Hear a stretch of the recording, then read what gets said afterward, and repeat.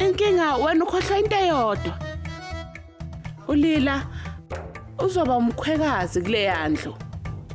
Umkhwekazi akenzi lutho kule yandlu. Futhi ke noma kunjalo abantu bakule yandlu uma befuna ukudla kunambithekayo bayazenzela. Banana malokozana abathathu abazobaphekela. Yebo. Sizopheka.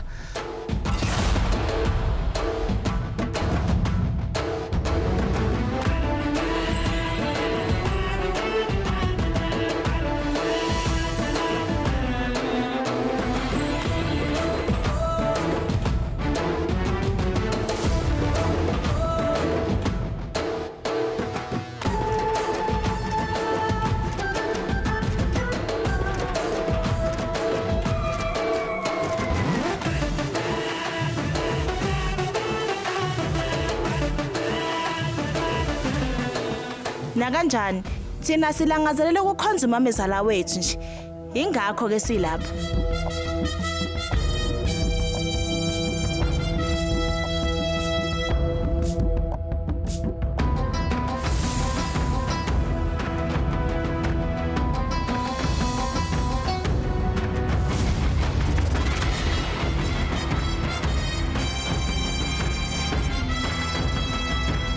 Ubani lapha?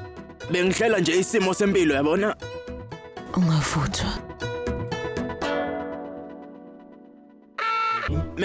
Madam, sengihlele yonke into ngendlela yakhona. Manje sesithumelile imoto ukuthi yolanda umndeni kaLela, futhi sesithumele imoto ukuthi yolanda umfundisi ngale ukudla sekuhleliwe into eshoti nje ukuthi angakadli. Ini? Abanga ukuthi ngizobopha isisu namhlanje noma ngangadli namhlanje. Kulungile. Uphula lakushweni Saraswati. Sesidi isikhathi ngingakababoni. Balahlekile.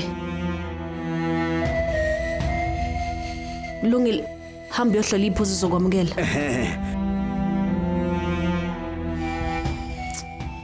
Bakuphi labo bobabili ngesikhathi sokusebenza? Indaba wenza ivakashe zakho zime ngasemnyango. Cha ngena ungangena.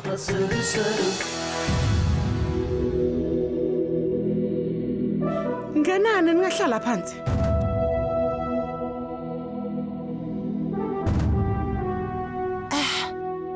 Ngicabanga ukuthi awukaze ucabanga ukuthi abantu abacebe njengathi bavakashela indlu yakho.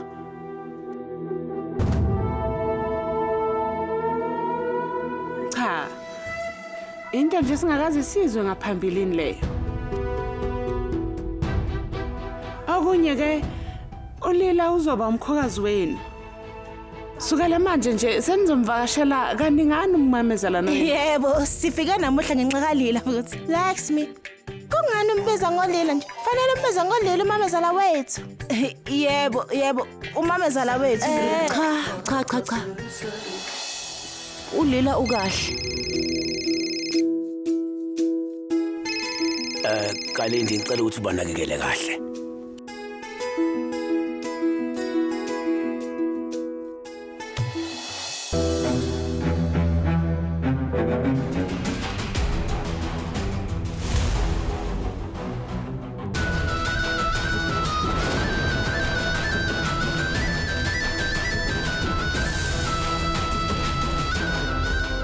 Ungaphuthelwa ukuzibophezela ngo7 ntambama njalo ngomsombuluko kuya kuLesihlanu on yours truly zizonke sisonke DStv channel 169.